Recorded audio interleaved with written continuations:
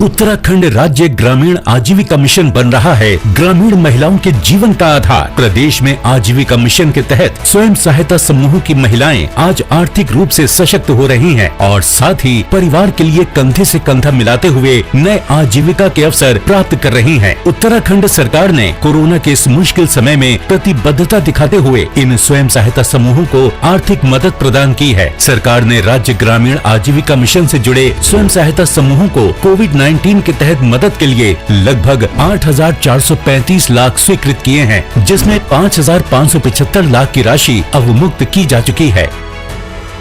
प्रदेश में स्थित 30,365 स्वयं सहायता समूहों को बैंक ऋण ब्याज प्रतिपूर्ति हेतु लगभग 2,480 लाख की सहायता दी जा चुकी है और 159 क्लस्टर स्तरीय संगठनों को कोरोना काल की मुश्किलों से बचाते हुए 795 लाख की अनुदान सहायता भी दी जा चुकी है। इसी कड़ी में 42,989 स्वयं सहायता समूहों को स्वावलंबी बनाने हेतु अब तक लगभग 5,158 की आर्थिक सहायता उत्तराखंड सरकार द्वारा प्रदान की जा चुकी है। आज उत्तराखंड की हर महिला अबला से सबला होकर अपने और अपने परिवार का ख्याल रख रही है। उत्तराखंड राज्य ग्रामीण आजीविका मिशन से मिल रहा ग्रामीण महिलाओं को सहारा, संवर रहा जीवन, सच हो रहे सपने और दूर हो रही महिलाओं की मुश्किलें।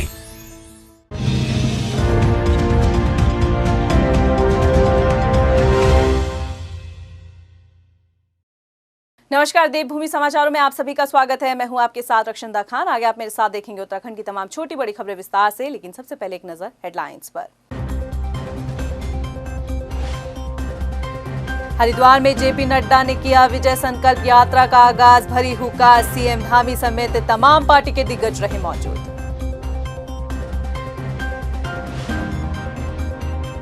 आचार संहिता के चलते छात्रों को नहीं बांटे जाएंगे टैबलेट। राज्य की धामी सरकार सीधे छात्रों के खातों में पैसा करेगी ट्रांसफर, स्कूल की होगी जिम्मेवारी।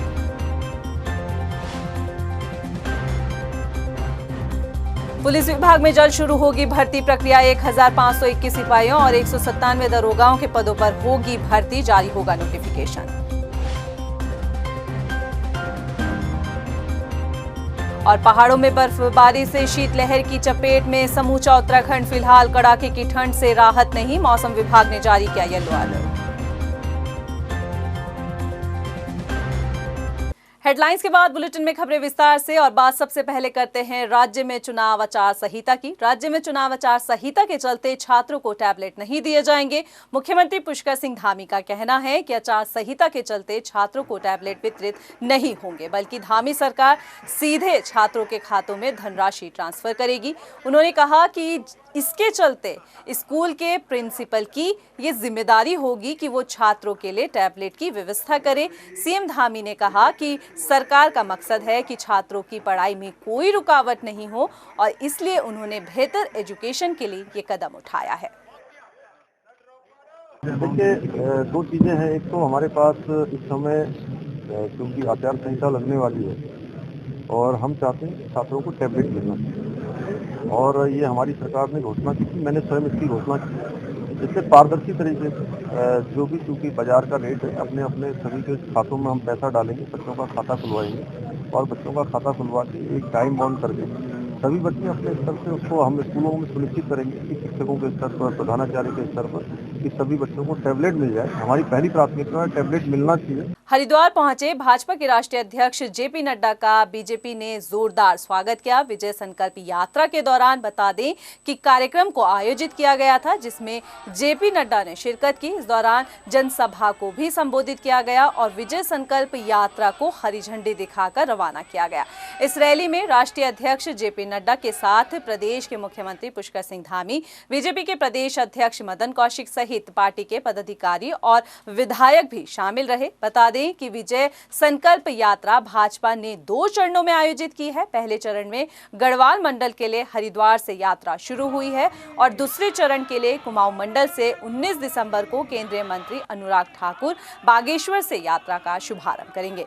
इस यात्रा के दौरान भाजपा डबल इंजन सरकार के कार्यों को जनता तक पहुंचाने का काम करेगी। पूरे प्रदेश में संकल्प यात्रा 4,500 किलोमीटर की दूरी तय करेगी। उत्तराखंड में 2022 की बिसात को लेकर सर्द मौसम में चुनावी वॉर को लेकर माहौल पूरी तरह से गरमाया हुआ है। बीजेपी कांग्रेस के साथ तमाम दल अपने चुनावी कार्यक्रमों के जरिए एक दूसरे को शय और मात देने की कोशिश में लगे नजर आ रहे हैं। लेकिन सवाल यह है कि 2022 की बिसात पर बाजी कौन मारेगा? देखिए ये रिपोर्ट। दिसंबर महीने की कड़ाके की सर्दी में चुनावी माहौल पूरी तरह से गरमाया हुआ है।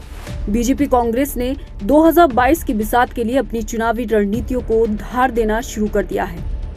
बीजेपी की चुनावी जनसभाओं में केंद्रीय नेता लगातार उत्तराखंड में डेरा जमाने आ रहे हैं, तो पार्टी खुद को बूथ स्तर पर मजबूत बनाने की कोशिशों में भी जुटी है। इसीलिए पार्टी की तरफ से 4 श्रेणी में बूथों को विभाजित किया गया है, ताकि पार्टी जड़ से मजबूत होकर चुनावी लड़ाई लड़े। बीजेपी के प्रदेश अध्यक्ष मदन कौशिक का दावा है कि प्रधानमंत्री मोदी के नेतृत्व में 2022 की बिसात में बीजेपी की जीत का डंका बजेगा और कांग्रेस अपने अहम को लेकर ही डूब जाएगी। आज कांग्रेस का यही अहंकार उनको लेकर डूब गया है। आज देश की राजनीति के परिदृश्य से आहिस्ता आहिस्ता बाहर हो गए। ये जो अहंकार है कांग्रेस को, ये अहंकार ही कांग्रेस को लेकर डूबेगा। बीजेपी अपनी चुनावी रणनीतियों के साथ मैदान में डटी है, तो कांग्रेस भी पीछे नहीं है। पार्टी के राष्ट्रीय महासचिव और पूर्व मुख्यमंत्री हरीश रावत यह ऐलान कर चुके हैं कि 19 दिसंबर से कांग्रेस भाजपा के ढोल की पोल कार्यक्रम के तहत प्रदेश भर में बीजेपी के कारनामों को जनता के बीच लेकर जाएगी। मैं शुरुआती तौर पर खुद 7 भाजपाई ढोल की पोल खोल, भाजपाई ढोल की पोल खोल सभाएं करूंगा, बड़ी सभाएं करूंगा। और हमारे दूसरे नेतागण भी, उन सब का कार्यक्रम बनाया जा रहा है। सर्द मौसम में गरमाई राजनीतिक लड़ाई में एक दूसरे के कारनामों को जनता के बीच रखा जा रहा है, लेकिन जनता इस बात को बखूबी समझती है कि 2022 की बिसात में राज्य के विकास के लिए किस पार्टी को चुनना है, और जनता का फैसला ही तय करेगा कि किसकी रणनीति कितनी कारगर साबित होगी। टाइम टीवी के लिए देहरादून से ब्यूरो रिपोर्ट।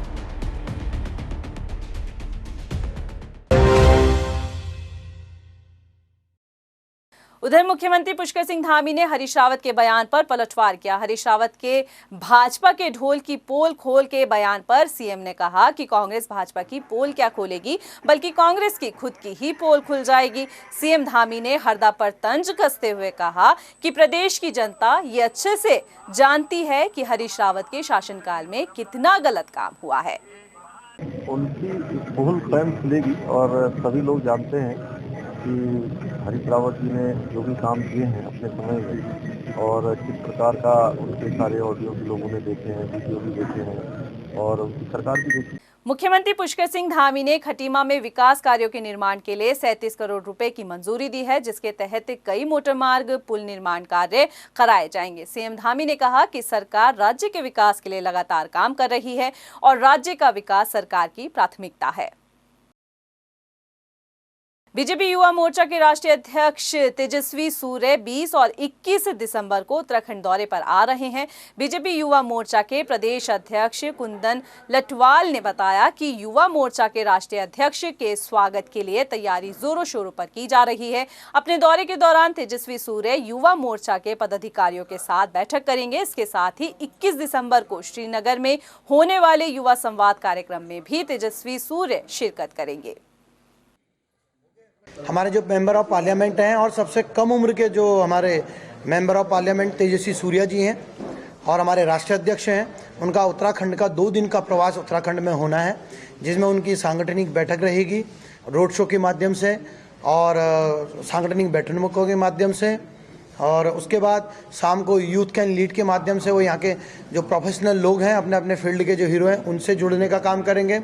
दूसरे दिन टपकेश्वर महादेव दर्शन के साथ 2000 से ज्यादा युवक युवतियों के साथ युवा संवाद के माध्यम से जुड़ेंगे। मुख्यमंत्री पुष्कर सिंह धामी ने शनिवार को देहरादून परेड ग्राउंड स्थित इंडोर स्पोर्ट्स हॉल में आयोजित सचिवालय कर्मचारियों के विभागीय बैडमिंटन क्लब प्रतियोगिता का शुभारंभ किया। इस दौरान सीएम धामी ने खुद बैडमिंटन उठाकर कोर्ट पर अपना जलवा दिखाया। खिलाड़ियों के साथ बैडमिंटन खेलकर उनका हौसला बढ़ाया। विभागीय जो बैडमिंटन प्रतियोगिता हो रही है सर्दी प्रमोदी के नाम से, मोदी हमारे बहुत ही एक अच्छे अधिकारी भी थे, एक अच्छे उससे पहले कार्यकर्ता भी थे। सभी लोग उसको बड़ा मानते हैं और हम बड़ा उनका भावपूर्ण स्मरण भी कर रहे हैं, क्योंकि मेरे साथ भी संदीप मोदी का बहुत पुराना रिश्ता था। हम साथ साथ में युवा मोर्चा के कार्यकर्ता के रूप में एक साथ काम करते थे, तो निश्चित रूप से आज हम उनको स्मरण भी करते हैं, अपनी श्रद्धांजलि अर्पित करते हैं। साथ ही इस प्रकार के कार्यक्रम प्रत्येक वर्ष यहाँ पर आयोजित किए जाते हैं। निश्चित रूप से खिलाड़ियों को अंतर विभागीय सभी एक दूसरे से मिलने का सबको ये अवसर प्रदान होता है और इससे हमारी प्रतिभाओं को आगे आने का अवसर मिलता है। मैं अपनी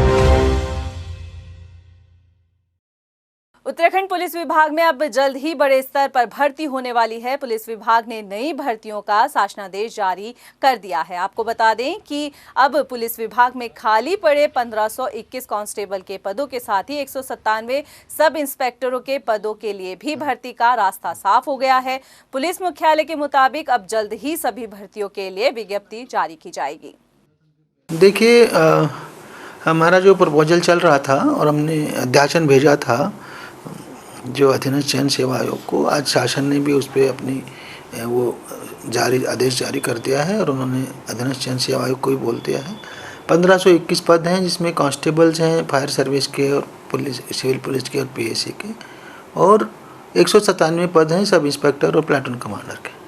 तो इनकी भर्ती अब शुरू हो पाएगी। बात करते हैं अगली खबर की। उत्तराखंड में अगले कुछ दिनों में लोगों को कड़ाके की ठंड सताएगी। मौसम विभाग की तरफ से प्रदेश में 5 दिनों के लिए शीतलहर का प्रकोप जारी होने के साथ ही येलो अलर्ट जारी किया गया है। वहीं देहरादून में मौसम विभाग की तरफ से आज न्यूनतम तापमान 3 डिग्री तक पहुंचने की भी संभावना जताई गई है। हालांकि पिछले 2 दिनों में प्रदेश में सर्दी का सितम जारी रहा है। रुद्रपुर के किच्छा में बेमौसम बारिश के बाद तबाह हुई फसलों का किसानों को अब तक मुआवजा नहीं मिल रहा है। इसी को लेकर किसान परेशान हैं। आपको जानकारी दे तो किसानों के समर्थन में कांग्रेस प्रदेश प्रवक्ता और पूर्व दर्जा राज्य मंत्री गणेश उपाध्याय ने भी जिले में आला अधिकारियों को चेतावनी देते हुए कहा है कि अगर 1 हफ्ते के भीतर मुआवजा नहीं मिला तो वो अनिश्चितकालीन धरना प्रदर्शन करेंगे। 2 माह पूर्व बेमौसम की बरसात के वजह से किसानों की फसल चौपट हो गई थी। इस परिप्रेक्ष्य में उत्तराखंड सरकार जिला प्रशासन से हमने लिख के दिया था और उनके द्वारा सर्वे भी किया गया। दुर्भाग्यवश अभी तक उनको मुआवजा नहीं मिला, जबकि मुआवजा अब आचार संहिता लगने जा रही है। अगर मुआवजा 1 हफ्ते का नहीं मिला, हम कांग्रेस दल किच्छा विधानसभा तहसील किच्छा में धरना देंगे और अनिश्चितकालीन धरना देंगे और इसके खिलाफ जो भी अगर क्या कहते हैं सरकारें अनसुनी की तो निश्चित तौर पर ये भुगतना पड़ेगा। अहेतुक सहायता का पूरा चेक है वितरित किया जा चुका है। फसल क्षति का सर्वे प्रगति पे है, कंप्लीट हो गया है। उसके चेक वितरण की कार्रवाई गतिमान है, यथाशीघ्र सूचना देगी। हरिद्वार में हर की पैड़ी पर पहुंचे सुराज सेवा दल के प्रदेश अध्यक्ष रमेश जोशी के साथ कार्यकर्ताओं ने सरकार के खिलाफ भीख मांगकर प्रदर्शन किया। सुराज सेवा दल के प्रदेश अध्यक्ष रमेश जोशी ने सरकार पर आरोप लगाते हुए कहा कि कोरोना काल में गंगा खुद ही साफ हो गई है, लेकिन गंगा सफाई अभियान के लिए मिले करोड़ों रुपए सरकार खुद ही गबन कर गई है। इसके साथ ही अवैध खनन को लेकर भी सरकार पर जमकर हमला बोला, जिसके लिए सुराज सेवा दल ने तहसीलदार को ज्ञापन भी सौंपा। केंद्र सरकार ने 60,000 करोड़ रुपए एनजीओ को दिए और कोरोना काल में मां गंगा स्वतः ही साफ हो गई। तो इन सारे एनजीओ को वो पैसे माननीय प्रधानमंत्री राहत कोष में वापस कर देने चाहिए, ताकि वो 60,000 करोड़ रुपए प्रदेश के बेरोजगार युवाओं के लिए रोजगार उपलब्ध करा सकें। और दूसरी ओर मैं जो यहाँ के मंत्री लोग हैं जो बयान दे देते हैं कि झोटे बुग्गियों वालों को खनन को न रोका जाए, मैं पूछना चाहता हूँ कि डबल इंजन की सरकार है, माननीय मंत्री जी बेहद करीबी माने जाते हैं माननीय मुख्यमंत्री जी के, तो क्यों नहीं वो गांव वालों के लिए एक शासनादेश पारित करवा देते हैं। ये जो है सुराज सेवा दल, इनके द्वारा ज्ञापन दिया गया है कि जो अवैध खनन है उस पर रोक लगाई जाए। तो इस समय मेरा ये कहना है कि भाई इस समय जो है बिल्कुल डीएम साहब के और शासन से बिल्कुल सख्त निर्देश हैं। जो भी अवैध खनन करता हुआ पाया जा रहा है उस पर हम लोग सख्त कार्रवाई कर रहे हैं और हमारी टीमें क्षेत्र में लगी हुई हैं और पुलिस प्रशासन सभी को जो है निर्देश हैं कि भाई किसी भी तरीके का कोई अवैध खनन कहीं पर नहीं होगा। गदरपुर विधानसभा चुनाव के लिए दावेदारी कर रहे कांग्रेस यूथ ग्रेड के प्रदेश अध्यक्ष सुमित्र बुल्लर का कहना है कि चुनाव से पहले राहुल गांधी की रैली से काफी असर पड़ा है। इसके साथ ही उन्होंने कहा और दावा भी किया है कि उत्तराखंड में कांग्रेस बहुमत से सरकार बनाएगी। इस मुद्दे पर गदरपुर से हमारे संवाददाता गौतम सरकार ने खास बातचीत की। कांग्रेस यूथ ग्रेड के प्रदेश अध्यक्ष सुमित्र बुल्लर जी करेंगे चंडीगढ़ टाइम टीवी में खास बात, क्योंकि बुल्लर जी गदरपुर विधानसभा में प्रबल दावेदारी में भी कर रहे हैं। 2022 के विधानसभा चुनाव में सुमित्र बुल्लर है कौन, क्यों टिकट देंगे कांग्रेस इस बार और आम जनता क्यों वोट देंगे, बताइए सर। सुमित्र भुल्लर कांग्रेस पार्टी का एक कार्यकर्ता है। सुमित्र भुल्लर कांग्रेस पार्टी के गांधी और नेहरू के विचार का एक ध्वजवाहक है। उस ध्वज को लेकर के, उस विचार को लेकर के हम लोगों के बीच में जा रहे हैं। और रही बात, आपने कहा प्रत्याशी किसको टिकट, क्या टिकट, ये फैसला नेतृत्व का है। नेतृत्व जो उचित समझेगा वो निर्णय लेगा। और पार्टी ने अलग अलग दौर में हमें अलग अलग प्रकार की जिम्मेदारियां देने का काम किया है, हम उसको ईमानदारी से निर्वहन करने का काम करते हैं। आज युवा कांग्रेस के अध्यक्ष के रूप में प्रदेश भर के युवाओं के जो सबसे महत्वपूर्ण मुद्दे हैं, बेरोजगारी का जो उनके साथ धोखा हुआ है, उन तमाम चीज़ों को उठाने का काम, उन तमाम मुद्दों को तीव्रता से उठाने का, मजबूती से अपनी युवाओं की बात को आगे रखने का काम यूथ कांग्रेस ने किया है। और मैं समझता हूं कि पार्टी आने वाले समय में भी जिस भी रूप में हमें जो भी जिम्मेदारी देने का काम करेगी, हम उस रूप में पार्टी को आगे बढ़ाने का काम करेंगे। 16 दिसंबर को जो राहुल गांधी कांग्रेस के पूर्व राष्ट्रीय अध्यक्ष का जो रैली हुई, 9 विधानसभा सीटें उधमसिंह जिले में, जिसमें से एक ही कांग्रेस के हाथ लगी, बाकी 8 भाजपा की है, जिसमें कैबिनेट मंत्री भी है। कितना असर पड़ेगा राहुल गांधी आने से? राहुल गांधी के आने से असर कितना पड़ेगा, इस बात का ये प्रमाण है कि लोगों में, आपने देखा उस दिन कैसा जोश था। लोग इतनी बड़ी संख्या में वहां पहुंचे और उससे भी दुगनी बड़ी संख्या में लोग वहां पहुंचना चाहते थे, लेकिन किसी ना किसी कारणवश नहीं पहुंच पाए। पूरा देहरादून शहर जाम हो गया था। जो लोग अलग अलग अपने वाहनों से वहां पहुंच रहे थे, वो शाम राहुल जी के वापस जाने तक वहां पर गाड़ियां आती रही। आप इससे ज़्यादा प्रमाण इस बात का क्या लेंगे कि राहुल जी को सुनने के लिए प्रदेश का युवा आतुर था। और इस समय प्रदेश की जनता अगर किसी की तरफ उम्मीदों से देख रही है तो वो कांग्रेस पार्टी से देख रही है। और इस रैली से मैं समझता हूं कि इस रैली से चुनावी शंखनाद हो चुका है और भारतीय जनता पार्टी की जमानत जब्त होने के कागार पर है। उनको अपनी इज्जत बचाने के लिए, जमानतें बचाने के लिए संघर्ष करना पड़ेगा। उनके पापों का घड़ा जो भर चुका है वो फूटने की दशा में पहुंच चुका है। कुल मिलाकर कांग्रेस यूथ ग्रेड के प्रदेश अध्यक्ष सुमित्र बुल्लर जी का मानना है कि जो 16 दिसंबर को हाल ही में जो रैली हुई, उस रैली का काफ़ी बड़ा असर पड़ेगा इसी जिले में, क्योंकि यहाँ पर खासकर 9 विधानसभा सीटें वर्तमान समय में एक ही कांग्रेस के हाथ लगी है और बाकी इस बार इनका मानना है कि 9 का 9 सीट कांग्रेस जीत रही है। अब वास्तविकता देखना है कि आम जनता का कितना रुझान होता है कांग्रेस के आने वाले समय के लिए। क्या बुल्लर जी इस क्षेत्र से जीत पाएंगे तो आने वाले समय बताएगा। चंडीगढ़ टाइम टीवी, गौतम सरकर, उधमसिंह नगर। फिलहाल बुलेटिन में इतना ही, मुझे दीजिए इजाजत, लेकिन चलते चलते एक नजर हेडलाइंस पर। नमस्कार। हरिद्वार में जेपी नड्डा ने किया विजय संकल्प यात्रा का आगाज, भरी हुक्का, सीएम धामी समेत तमाम पार्टी के दिग्गज रहे मौजूद।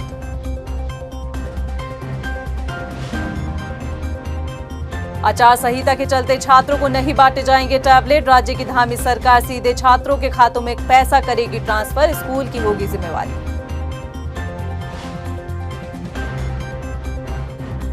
पुलिस विभाग में जल्द शुरू होगी भर्ती प्रक्रिया, 1521 सिपाहियों और 197 दरोगाओं के पदों पर होगी भर्ती, जारी होगा नोटिफिकेशन। और पहाड़ों में बर्फबारी से शीतलहर की चपेट में समूचा उत्तराखंड, फिलहाल कड़ाके की ठंड से राहत नहीं, मौसम विभाग ने जारी किया येलो अलर्ट।